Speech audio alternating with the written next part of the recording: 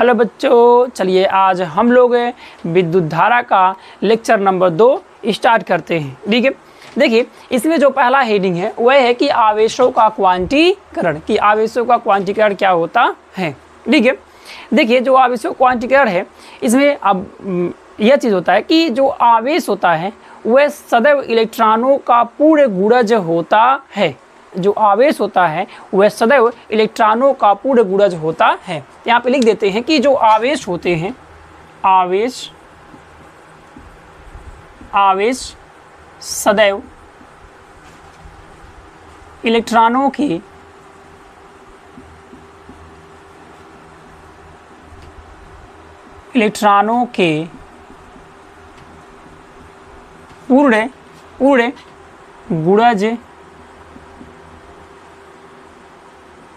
पूर्ण गुणज होते हैं। देखिए जो आवेश होते हैं वो सदा इलेक्ट्रॉनों के क्या होते हैं, पूर्ण गुणज होते हैं। यहाँ पे लिख सकते हैं इसको Q बराबर प्लस माइनस N इंटू ई। यह कि जो आवेश होते हैं वह सदैव इलेक्ट्रॉनों के क्या होते हैं, पूर्ण गुणज होते हैं। और यहाँ पे N बिलोंग्स टू 1 2 3 4 डैश आगे। ठीक है, देखिए ये दर्शा रहा है कि जो आवेश है वो इलेक्ट्रॉनों क्या है, पूर्ण गुणज है। और n का मान यहाँ पे क्या हो सकता है, 1 2 3 4 5 ऐसे हो सकता है। n का जो मान होता है वो कभी बटे वटे में नहीं होता। जैसे कि मान लीजिए कहीं कोई लिख दे कि 1/2 3/4 इस प्रकार का मान इसका नहीं हो सकता है। जब भी होगा तो इस तरीके का होगा, 1 2 3 4 करके ही n का मान यहाँ पे आएगा। देखिए यहाँ पे जो Q है वह है आवेश, Q यहाँ पे क्या है, आवेश है। और यहाँ पे n तो बता ही दिया गया है। और जो E है यह है इलेक्ट्रॉन का आवेश। ये क्या है, इलेक्ट्रॉन का आवेश। और जो इलेक्ट्रॉन का आवेश होता है वह होता है 1.6 इंटू 10⁻⁻19 कूलाम। यह जब भी क्वेश्चन कभी इस पे लगाएंगे, न्यूमेरिकल लगाएंगे, तो ई का मान जो यहाँ पे है हमेशा कितना रखेंगे, 1.6 इंटू 10⁻⁻19 कूलाम। यह इसका मान हमेशा यही आपको क्या करना है, रखना है। ठीक है, यह होता है इलेक्ट्रॉन का आवेश।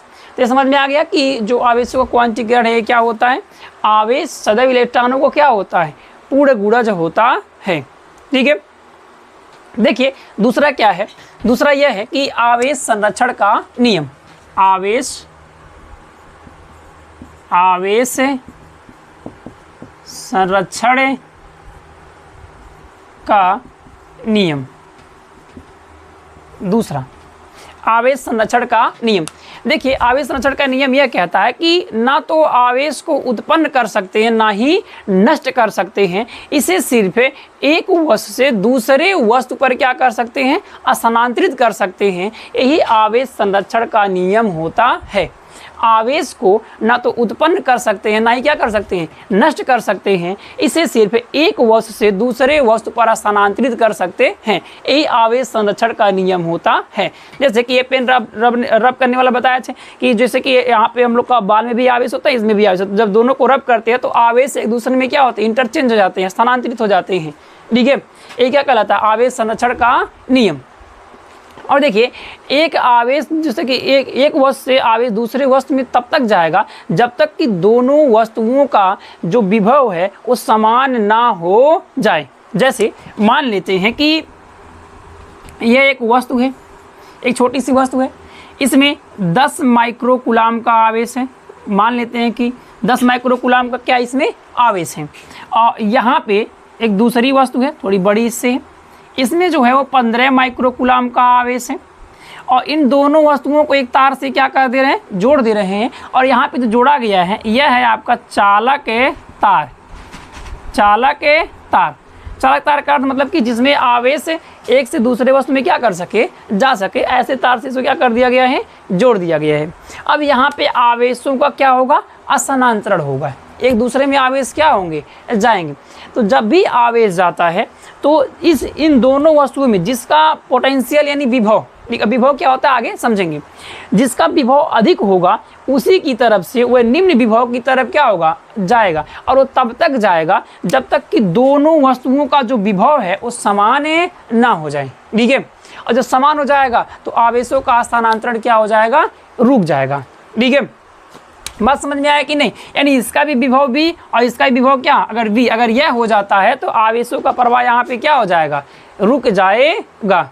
बात समझ में आया कि नहीं? ये नहीं कि हाँ आई जाएगा तो यहाँ पे 15 यहाँ पे 10 है, दोनों आधा आधा कर लेगा, ऐसा नहीं होता है। ठीक है, ऐसा नहीं होता है। जब तक दोनों वस्तुओं का विभव समान नहीं होगा तब तक आवेशों का स्थानांतरण होता रहेगा। ठीक है, यही होता है आवेश संरक्षण का नियम। बात समझ में आ गया?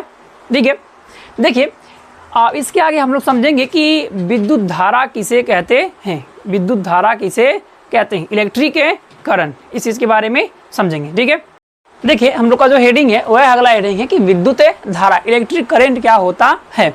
देखिए जिस प्रकार से हम लोग समुद्र या नदी में जल का प्रवाह होता है उसको हम लोग जो जल की धारा कहते हैं, सेम उसी प्रकार से है कि आवेशों के प्रवाह को ही हम क्या कहते हैं, विद्युत धारा कहते हैं। ठीक है, जैसे हम लोग नदी या जैसे कि नदी हो गया, समुद्र हो गया, तो उसमें जो जल का प्रवाह होता है उसे क्या कहते हैं, जल की धारा कहते हैं। ठीक है, सेम उसी प्रकार से आपका जो विद्युत धारा है यह आवेशों के प्रवाह को ही क्या कहते हैं, विद्युत धारा। जो आवेश का प्रवाह होता है वही क्या कहलाता है, विद्युत धारा। ठीक है, अब इसका परिभाषा कैसे देंगे कि एकांक समय में, प्रति एकांक समय में प्रवाहित आवेश की मात्रा को ही विद्युत धारा कहते हैं। इसे I से प्रदर्शित करते हैं। देखिए यहाँ पे लिखेंगे इसका परिभाषा कि एकांक समय में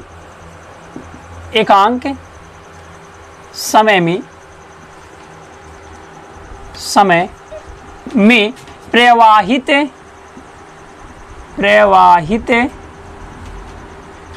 आवेश की मात्रा को, एकांक समय में प्रवाहित आवेश यानी यहाँ पे क्या हो जाएगा, Q, आवेश की मात्रा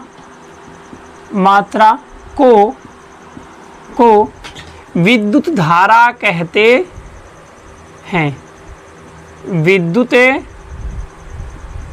धारा कहते हैं। देखिए एकांक समय में प्रवाहित आवेश की जो मात्रा होती है उसे क्या कहते हैं, विद्युत धारा कहते हैं। इसे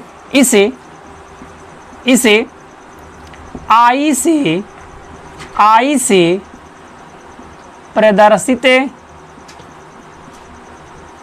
प्रदर्शित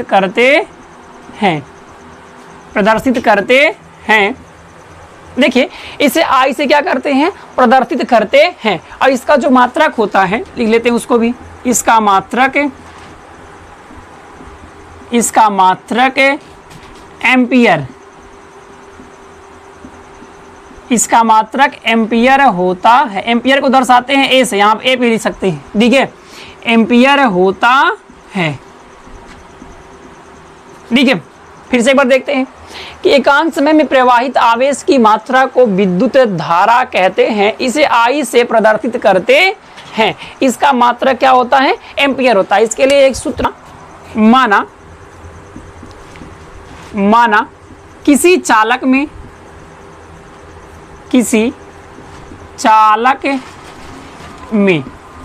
देखिए यहाँ पे चालक का अर्थ यह है कि ऐसा कोई पदार्थ जिसमें आवेश क्या हो सके, प्रवाहित हो सके, वही क्या कहलाता है, चालक। ठीक है, माना किसी चालक में t समय में, स्मॉल t समय में स्मॉल q आवेश प्रवाहित हो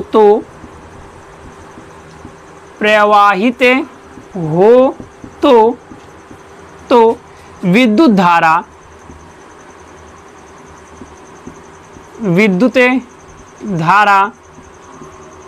I बराबर हो जाएगा यहाँ पे Q/T। यह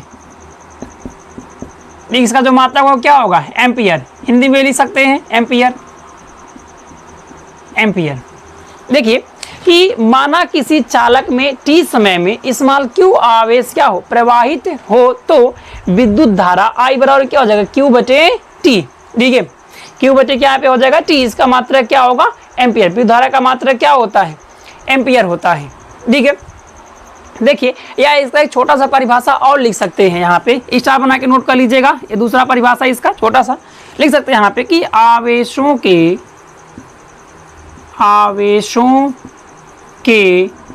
प्रवाह को